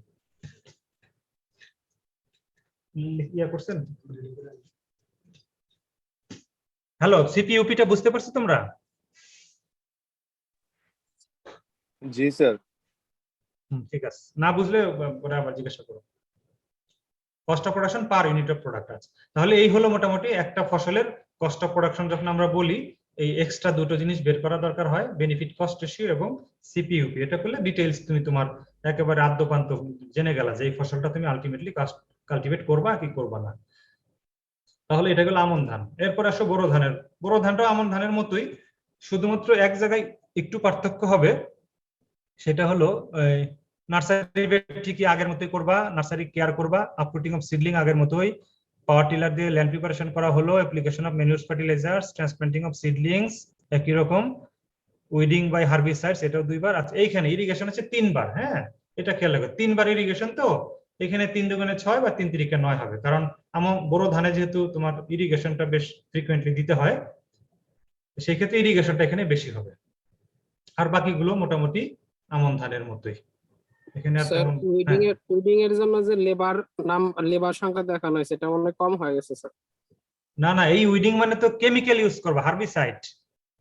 এটা তো তুমি হার্বিসাইডটা ফার্টিলাইজারের মতো জাস্ট ছিটিয়ে দিবা অথবা স্প্রে করে দিবা। আর তুমি যদি উইডিং করো নিরিকাচি দিয়ে, মেকানিক্যাল উইডিং অথবা মানে ম্যানুয়াল উইডিং হয়, তাহলে অনেক মানে খরচ, কিন্তু তাহলে অন্তত প্রতিবারে 20 জন করে লেবার যাবে, বুঝতে পেরেছো? ফার্মার তো স্যার হার্বিসাইড দিয়া উইডিং করতে আগ্রহী না। ও বাস ফুরাই গেল। আগ্রহী না হইলে তাহলে শুধু উইডিং লিখবা, উইডিং বাই কি মেকানিক্যাল উইডিং লিখবা বা ম্যানুয়াল উইডিং লিখে তুমি এখানে, তাহলে তোমার খরচটা তখন বেড়ে যাবে আর কি, তখন খরচটা বেড়ে যাবে, অন্তত 20 জন করে হবে, এটা খেয়াল রাখো। এই জন্য কেন তুমি খেয়াল করোনি, আমি আমন ধান করানোর সময় তো বললাম যে এখানে হার্বিসাইড দিয়ে করা দেখে অনেক কম খরচ, কিন্তু তুমি যদি ইয়া করো ম্যানুয়ালি করো তাহলে কিন্তু খরচ বেড়ে যাবে, তখন 10 গুণ বাড়বে খরচ। যদি তোমার এলাকায় হার্বিসাইড দিয়ে না ইউজ করতে চায়, হার্বিসাইড না ব্যবহার করে উইডিং করতে চায়, তাহলে কিন্তু খরচটা বেড়ে যাবে, সেইভাবে লেবার করতে হবে। ওই ট্রান্সপ্লান্টিং এর মতোই অনেকটা খরচ হয়, ট্রান্সপ্লান্টিং করতে 30 জন, তো ওই উইডিং করতে মোটামুটি 20-22 জনের মতো লেগে যায় প্রতিবারে। আচ্ছা, আর ম্যাটেরিয়াল কস্টও আগের মতোই, এখানেও তোমার শুধুমাত্র ফার্টিলাইজারের পরিমাণটা হেরফের হবে, ইউরিয়ার পরিমাণ, ইউরিয়া টিএসপি এমওপি এর পরিমাণটা বেড়ে যায়, এখানে 250 কেজি, কখনো কখনো 300 কেজিও প্রয়োজন হয়, ওই ভ্যারাইটির উপর নির্ভর করে।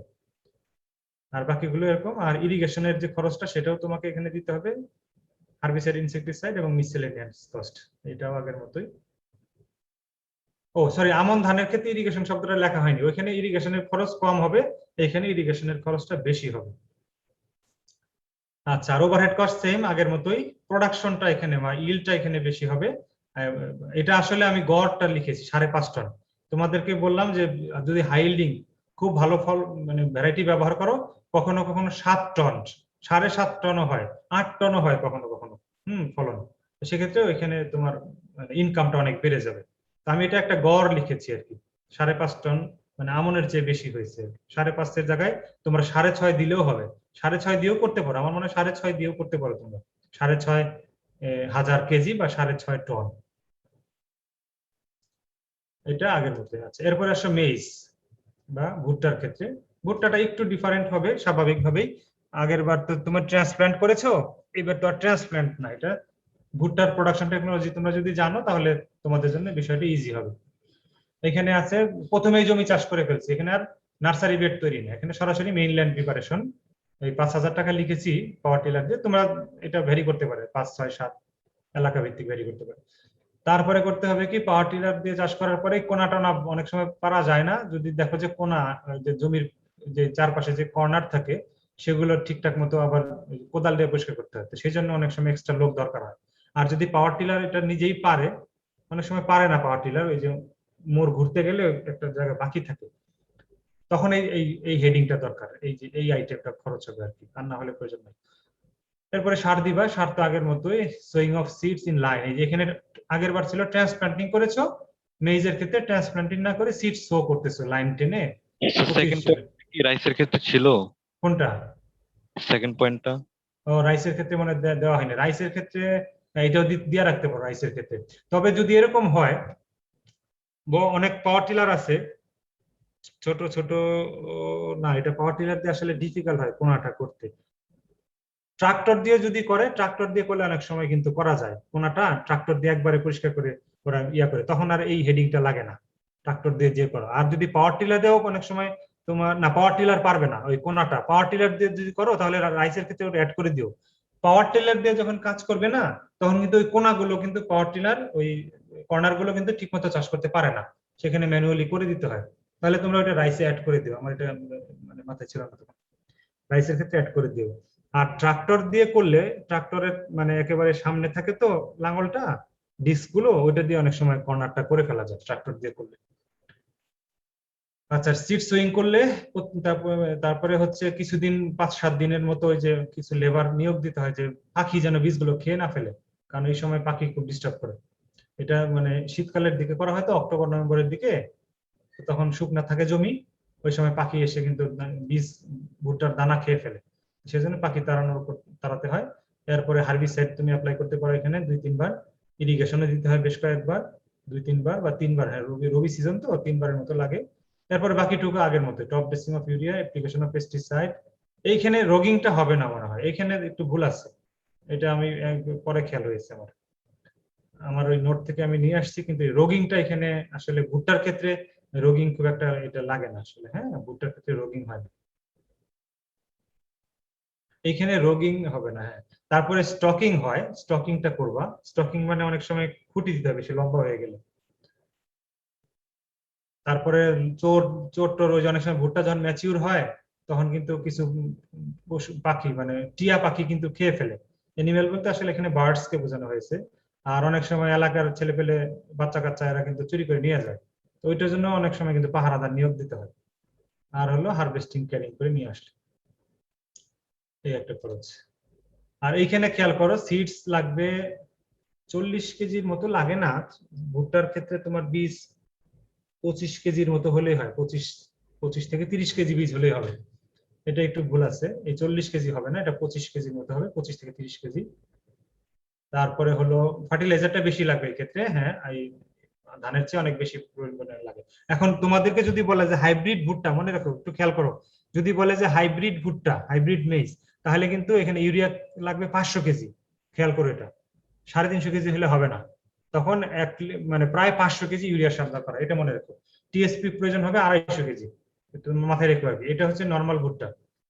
আর হাইব্রিড ভুট্টা হলে 500 কেজি হবে, 250 কেজি হবে, একটু বেড়ে যাবে। অর্থাৎ প্রোডাকশন টেকনোলজিটা তোমরা একটু দেখে আসবে সোজা কথা। ইরিগেশন, পেস্টিসাইড, মিসেলেনিয়াস খরচ আর ওভারহেড কস্ট তো আগের মতোই। এইখানে তোমার ইনকাম, এটা 5.5 টন হয়। 5.5 টনের যদি খুব বেশি হাই ইল্ডিং ভ্যারাইটি হয় তখন কিন্তু ভুট্টার যে দানার ওজন আর কি 6.5 টনও হতে পারে। তবে যেটা ভুট্টার যে দানা সরানোর পরে যে গাছটা থাকে মাঠে, স্টক বলে, সেটারও কিন্তু একটা মানে ভ্যালু আছে, কিন্তু সেটার মূল্য অনেক কম আর কি। এটা ওজন অনেক বেশি হয়, 7.5 টন 8 টনও হয় কখনো, মানে 8000 কেজি। তো ভুট্টার দাম ধরা হয়েছে 12 টাকা কেজি। তো 5,500 কেজি বা 6,500, তোমরা 6,500 ধরতে পারো। ভালো যেগুলো ভ্যারাইটি, এটা ভ্যারাইটি টু ভ্যারাইটি মানে ভ্যারি করে করে ভ্যালুটা বসিয়ে দিবে। আর এই প্রোডাক্ট বাই প্রোডাক্ট যেটা ভুট্টার যে গাছ যেটা থাকে স্টক, সেটা খুব বেশি দাম না, 1 টাকা করে কেজি বা খুব মানে লামসাম একটা দাম ধরে বিক্রি করে দেয় মানুষ, মানে জ্বালানি হিসেবে অনেকে ব্যবহার করে এটা। তো সেই হিসেবে দামটা কিছুটা কম আর কি। এই হিসেব করলে যত টোটাল যে মানে আউটপুটটা আসবে, তাহলে নেট ইনকাম হবে। গ্রস ইনকাম থেকে ওইবার টোটাল কস্ট বাদ দিলে তোমরা নেট ইনকাম পেয়ে যাবে। পরবর্তীতে বেনিফিট কস্ট রেশিও এবং সিপিইউ বের করতে পারবে। তো এই হলো মোটামুটি আমাদের cost of production of maids এবং রাইস। তোমাদের যদি কারো কোনো প্রশ্ন না থাকে থাকলে করো। আর আমি যে একটা লিঙ্কটা দিচ্ছি অ্যাটেন্ডেন্সের লিঙ্কটা, এখন তোমরা এক কাজ করবা, এই এখন আমি যে লিঙ্কটা দিব, শোনো তোমরা এই আগে যারা অ্যাটেন্ডেন্সের জন্য রোল নাম্বার পাঠিয়েছো ওইটা কিন্তু আমি দেখবো না। এখন এই যে লিঙ্কটা পাঠাচ্ছি, এই লিঙ্কটাতে তোমরা ফিল আপ করে দাও।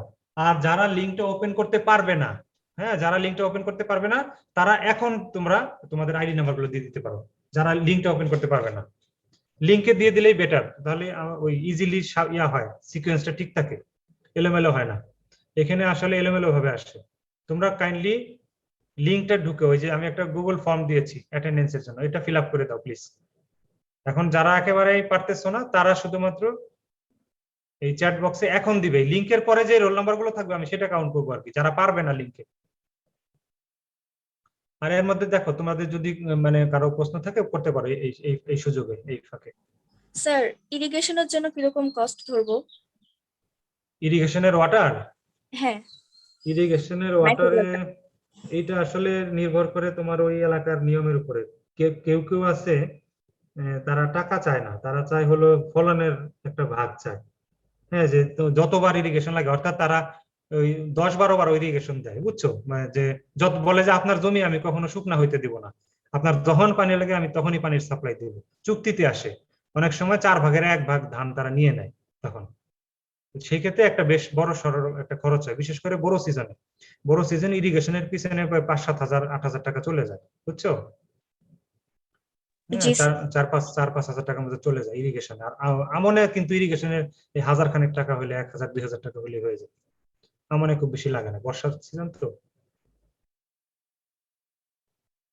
আর স্যার ওই যে ওভারহেড কস্টের যে সেকেন্ডটা ছিল যে ল্যান্ড লিজ, ওখানে যদি 15,000 হয় ওটার উপর 6%। 15,000 না তো, 1.5 লাখ টাকা বলছি আমি, কিন্তু আসলে 1.5 লাখ হবে না, এটা আরো বেশি হতে পারে। এটা হিসাবটা হবে মানে কি পরিমাণ, যেমন ধরো আমি তোমাকে বললাম না ময়মনসিংহ রিজিয়নে, আমি একটু হিসাব করি তো, এইখানে হলো লিজ ভ্যালু ওই যে নদীর ওই পারে যদি যাও, তোমার যে আমাদের যে বোটানিক্যাল গার্ডেনের ওই পারে, ওখানে 1,500 টাকা হচ্ছে 10%। হ্যাঁ, 1,500 টাকা, তাহলে 1 হেক্টর জমি মানে হলো 247%। 24.7 গুণন হচ্ছে তোমার 1,500 টাকা। ওখানে অনেক কম। তোমরা এটা একটু হিসাব করো তো,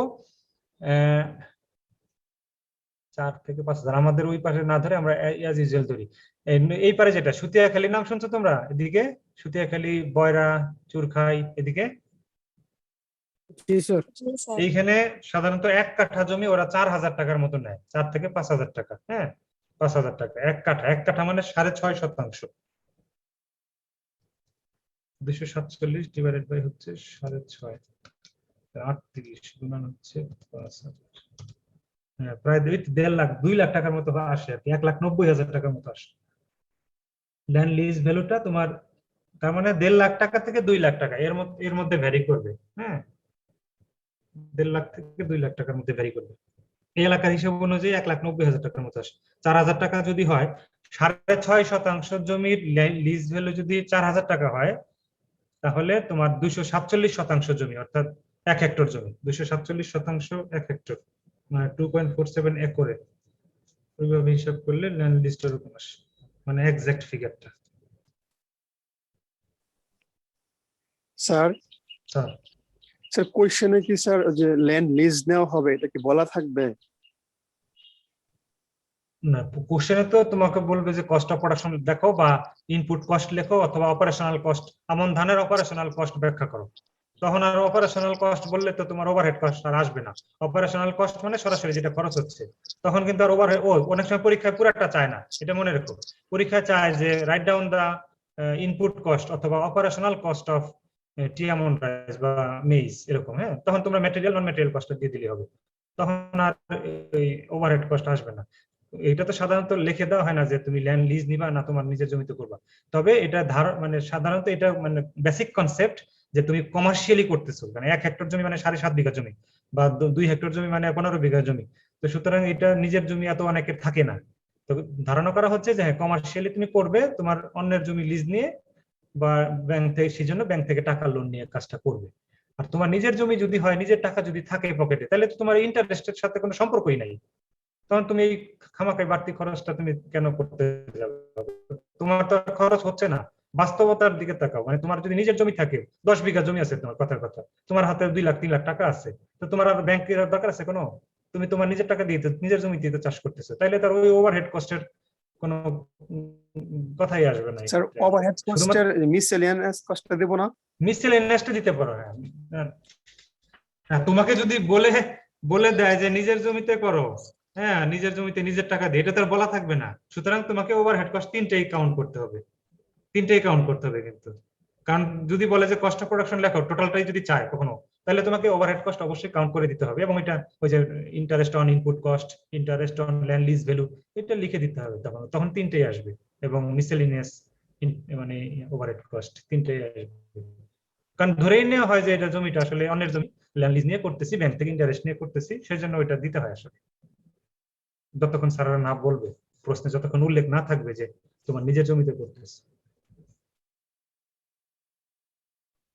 স্যার একটা অফ টপিক প্রশ্ন করি স্যার, রাইসের ক্ষেত্রে ফার্টিলাইজারটা কখন কখন দিতে হয়?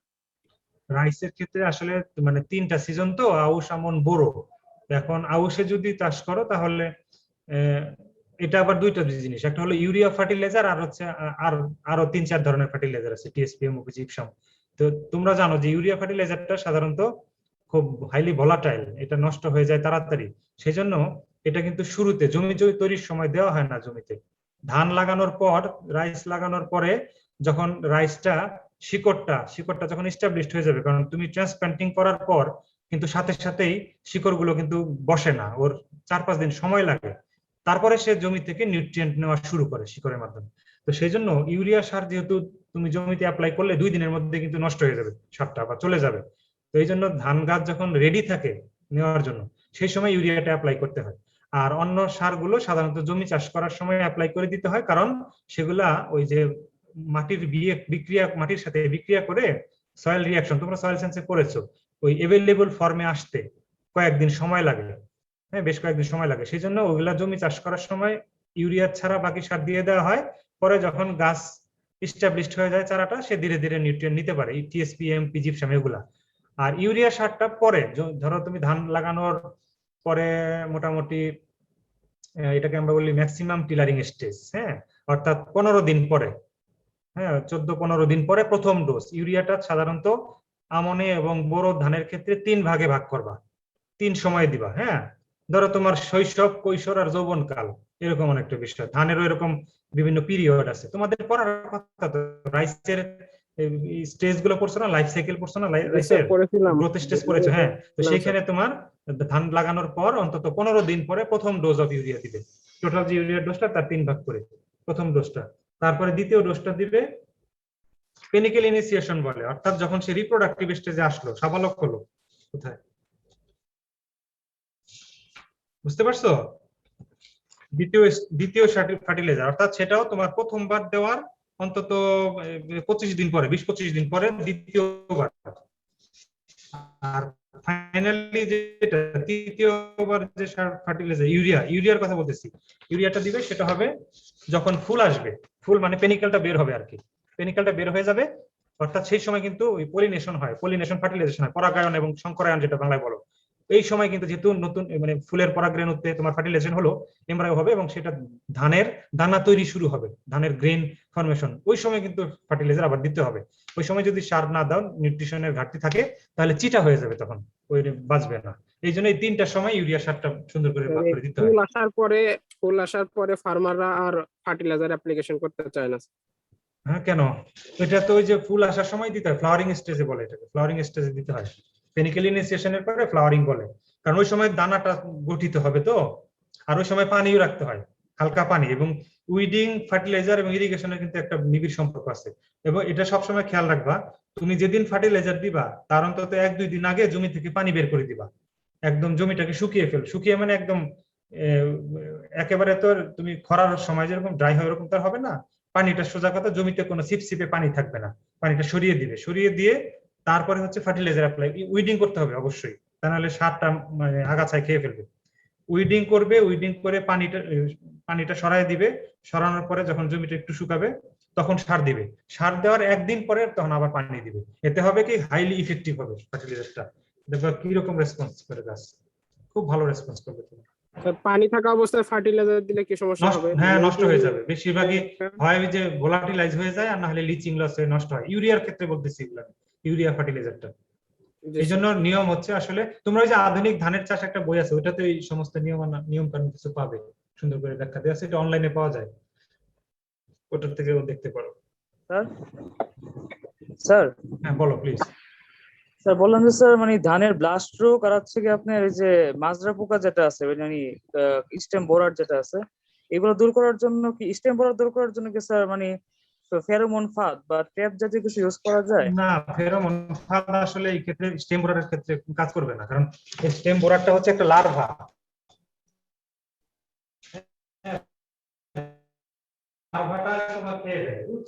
মাটিতে থাকে, মাটিতে গ্র্যানুলার ইনসেক্টিসাইড আছে, দানাদার যেটা কীটনাশক, ওই দানাদার কীটনাশক দিতে হয়। দানাদার কীটনাশক দিলে এটা নষ্ট হয়ে যায়, মরে যায়। স্যার ব্লাস্ট রোগ দূর করার জন্য স্যার ব্লাস্ট রোগের জন্য এটা এই মুহূর্তে আমার মনে নাই, এটা প্যাথোলজিক্যাল ইয়া, তো এটা একটা ইয়া পাওয়া যায় তোমার একটা, এটা তো ফাঙ্গাস থেকে হয় নাকি ব্যাকটেরিয়াল তো, হ্যাঁ ব্যাকটেরিয়াল। এটা দোকানে কিন্তু এক ধরনের ঔষধ পাওয়া যায়। তুমি একটু লাইনে থাকো, আমি আমার কাছে একটা নতুন বই কিনেছি, বইটা দেবো।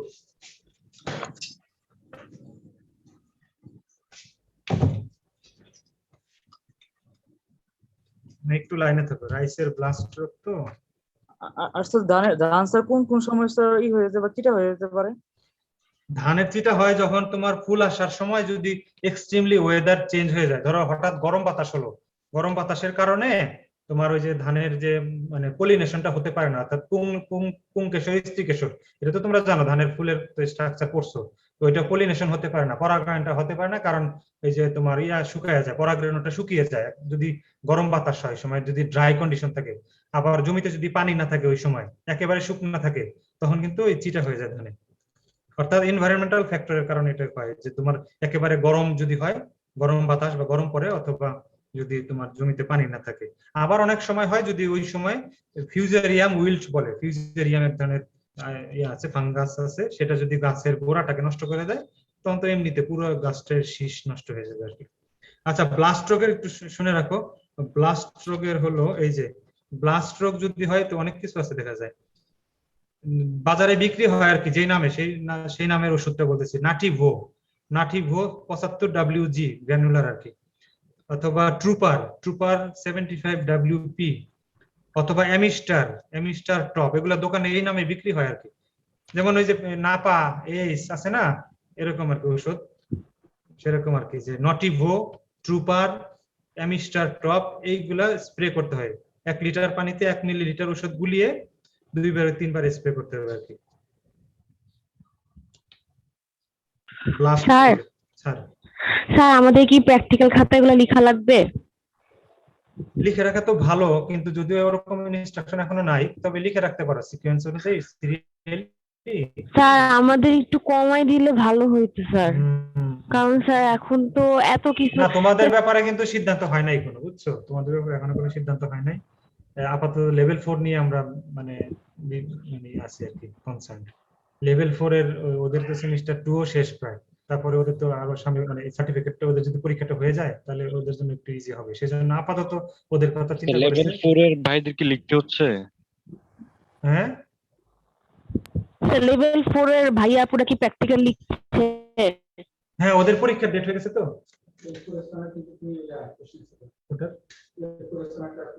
হ্যাঁ, ফাইনাল পরীক্ষা কয় তারিখে দিতে হবে sir?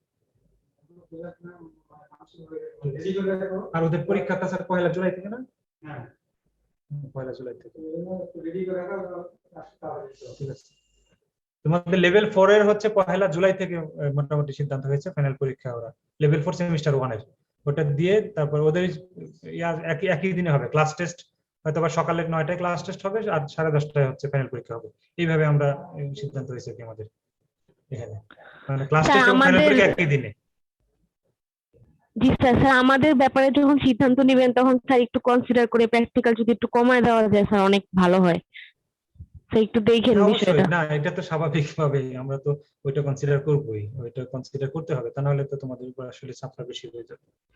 G sir, thank you sir. কারণ অন্য সাবজেক্টের কথা আমি জানি না, আমি অ্যাগ্রোনমি যেহেতু আমার অংশ তো এইটুক, আমার অংশ থেকে আমি কতটুকু কম, তবে আমরা এটা আমরা হয়তো বা টিচাররা মিলে বসে সিদ্ধান্ত নিতে পারি যে এটা একটা উদ্যোগ নিতে হবে যে আমাদের অ্যাগ্রোনমিটার জন্য আমরা যেমন লেভেল 4 সেমিস্টার লেভেল 1 সেমিস্টার 1 এ এটা আমরা উদ্যোগ নিয়েছি, মানে নতুন করে আর কি। তো আমরা জানি যে তোমাদের উপর চাপটা বেশি হয় খাতা লেখার, তো এই জন্য আমরা ফার্স্ট ইয়ার থেকে এটা শুরু করেছি। ওইটা আমার উপরে দায়িত্ব ছিল, এটা করতেছি আর কি। আমরা ছাত্রদেরকে একেবারে